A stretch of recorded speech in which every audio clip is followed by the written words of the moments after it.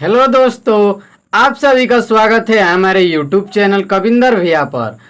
तो आज हम देखेंगे कक्षा 6 पृथ्वी और हमारा जीवन यानी कि भूगोल। देखेंगे इसके पाठ 2 को। पाठ 2 का नाम है पृथ्वी और चंद्रमा, यानी कि हम इस अध्याय में पृथ्वी और चंद्रमा के बारे में यानी कि उसके प्रश्नों को देखेंगे। तो चलिए शुरू करते हैं। देखते हैं प्रश्न नंबर 1। प्रश्न नंबर 1 दिया है, निम्नलिखित प्रश्नों के संक्षेप में उत्तर दीजिए। यानी कि जो भी प्रश्न पूछेगा उसका उत्तर हमको संक्षेप रूप में दे देना है। चलिए देख लेते हैं इसका प्रश्न नंबर 1। प्रश्न नंबर 1 दिया है, चंद्रमा हमें तारों से बड़ा क्यों दिखाई देता है। यानी कि हम देखते हैं आसमान में तो चंद्रमा जो होता है हमें तारों से भी बड़ा दिखाई देता है। तो चलिए इसका उत्तर जानते हैं। इसका उत्तर हो जाएगा सभी ग्रह। देखिए तारे जो हैं इनके बारे में बताया गया। सभी ग्रह एवं उपग्रह में चंद्रमा हमारे सबसे नज़दीक है। देखिए जो चंद्रमा है वो सभी ग्रहों और सभी उपग्रहों से चंद्रमा नज़दीक है हमसे, यानी हमारी पृथ्वी से। इस कारण तारों से बड़ा दिखाई देता है। यही कारण है कि वो हमें क्या बड़ा दिखाई देता है। आगे जान लेते हैं इसके प्रश्न नंबर 2 को। प्रश्न नंबर 2 दिया है, हमें चंद्रमा का एक ही भाग क्यों दिखाई देता है या हम क्यों देख पाते हैं एक ही भाग। यानी कि हम देखेंगे तो चंद्रमा का कभी एक ही भाग देख पाते हैं, ठीक ना। तो ऐसा क्यों होता है। तो चलिए इसका उत्तर जान लेते हैं। इसका उत्तर हो जाएगा, चंद्रमा पृथ्वी का उपग्रह है। यानी कि जो चंद्रमा है वो पृथ्वी का उपग्रह है और वह एकमात्र उपग्रह है। यानी कि पृथ्वी का सिर्फ एक ही ग्रह है, वो ही भी चंद्रमा। और चंद्रमा पृथ्वी के चारों ओर चक्कर लगाता है। यानी कि जो चंद्रमा होता है पृथ्वी के चारों ओर चक्कर लगाता है।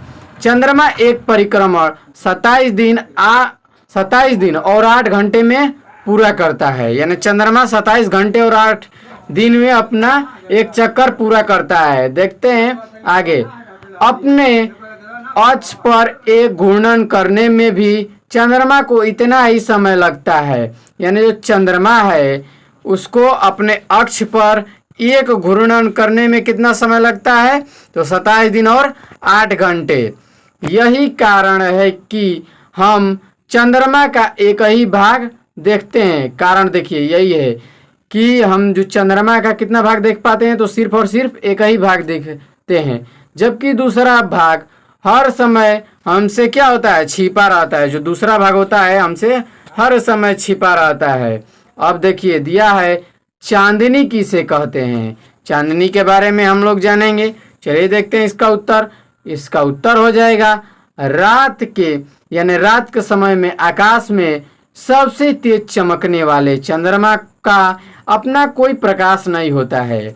यानी देखिए रात में सबसे तेज चंद्रमा चमकता है जिसका स्वयं का कोई प्रकाश नहीं होता है। अब समझिए प्रकाश नहीं होता है तो कैसे चमकता है, तो देखेंगे कि कैसे चमकता है। यह सूर्य के प्रकाश से प्रकाशित होता है। यानी कि इसका खुद का प्रकाश नहीं है, ये सूर्य के प्रकाश से प्रकाशित होता है। यह सूर्य के प्रकाश को परावर्तित करता है। यानी कि सूर्य का प्रकाश को क्या कर देता है, तो परावर्तित कर देता है, जो हमारे पृथ्वी पर लगभग 1.25 सेकेंड में पहुंचता है। यानी 1.25 सेकेंड में इसका जो कि रोशनी है, बोल सकते हैं प्रकाश है, वो पहुंचता है। इस प्रकाश को चांदनी कहते हैं। चांदनी को इंग्लिश में मूनलाइट कहते हैं। चांदनी जान गए कि चंद्रमा का प्रकाश को क्या कहते हैं, चांदनी कहते हैं। आगे देखते हैं प्रश्न नंबर घ। भारत के प्रथम अंतरिक्ष यात्री कौन थे। तो देखिए हमको बताना है कि भारत के प्रथम अंतरिक्ष यात्री कौन थे। इसका उत्तर हो जाएगा, भारतीय वायुसेना के पूर्व पायलट राकेश शर्मा अंतरिक्ष में जाने, यानी कि देखिए अंतरिक्ष में यात्रा करने वाले क्या प्रथम भारतीय व्यक्ति थे। अंतरिक्ष में जाने वाले प्रथम भारतीय व्यक्ति कौन थे, तो राकेश शर्मा थे। आगे देखते हैं। आगे दिया है, सूर्य ग्रहण के समय क्या सावधानी बरतनी चाहिए। यानी कि जब सूर्य ग्रहण लगता है तो हमको क्या सावधानी बरतनी चाहिए। इसका उत्तर जानेंगे। तो देख लेते हैं इसका उत्तर। वैज्ञानिकों के अनुसार सूर्य ग्रहण के समय सूर्य से खतरा निकलने वाली किरणें, यानी खतरनाक निकलने वाली किरणें, देखिए जब सूर्य ग्रहण लगता है तो क्या निकलती हैं, उससे किरणें निकलती हैं जो कि बहुत ही खतरनाक होती हैं। ये किरणें हमारी आँखों के लिए हानिकारक हैं और हमें अंधा भी बना सकती हैं। यानी कि जो सूर्य से निकलने वाली किरणें हैं सूर्य ग्रहण के समय, वो बहुत ही खतरनाक होती हैं जो हमें अंधा भी बना सकती हैं। इसलिए सूर्य ग्रहण को नंगी आंखों से नहीं देखना चाहिए। देखिए जो सूर्य ग्रहण को अगर आप देखते हैं तो कभी भी नंगी आंखों से नहीं देखना चाहिए, बल्कि इसे वैज्ञानिकों द्वारा निर्धारित चश्मे से ही देखना चाहिए। यानी वैज्ञानिकों ने जो चश्मा बनाया है उससे ही आपको उस ग्रहण को देखना चाहिए। चलिए देख लेते हैं प्रश्न नंबर 2 दिया है, रिक्त स्थानों की पूर्ति कीजिए। यानी कि रिक्त स्थान की पूर्ति कर देंगे, यानी खाली स्थान को भरना है। दिया है क नंबर, रात के आकाश में सर्वाधिक चमकीला आकाशीय पिंड है। यानी रात के समय में ऐसा कौन सा आकाशीय पिंड है जो सबसे ज़्यादा यानी चमकता है, रोशनी ज़्यादा करता है, ये बात बोल रहा है।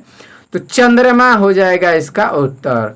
देखते हैं ख नंबर, चंद्रमा का व्यास पृथ्वी के व्यास का कितना होता है?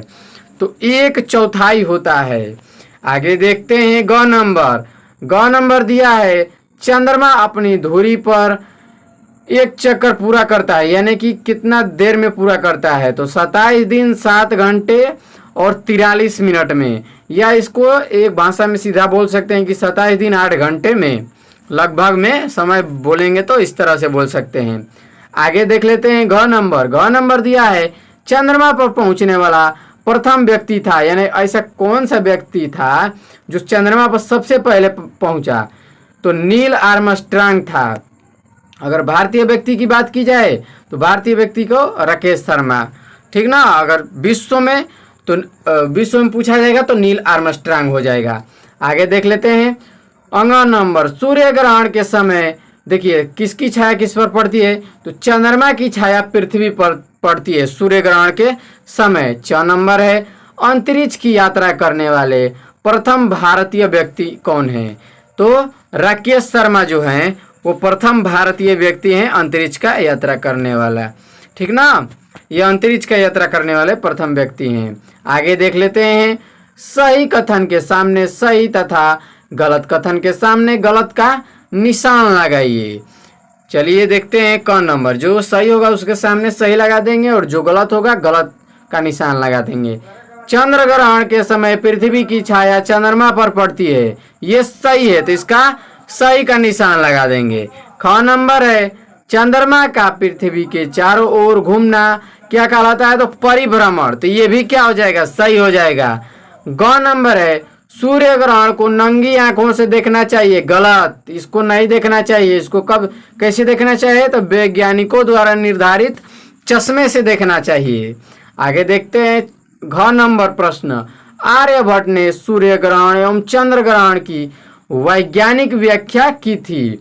यानी जो आर्यभट्ट थे उन्होंने सूर्य ग्रहण और चंद्र ग्रहण की वैज्ञानिक व्याख्या की थी, ये सही हो जाएगा। आगे देख लेते हैं, स्तंभों का सही मिलान कीजिए। यानी कि सही मिलान कर लेना है। देखिए स्तंभ में लिखा है युति, अमावस्या, क्या प्रथम अंतरिक्ष यात्री यूरी गागरिन, वियुति का पूर्णिमा हो जाएगा। आगे देख लेते हैं घ नंबर।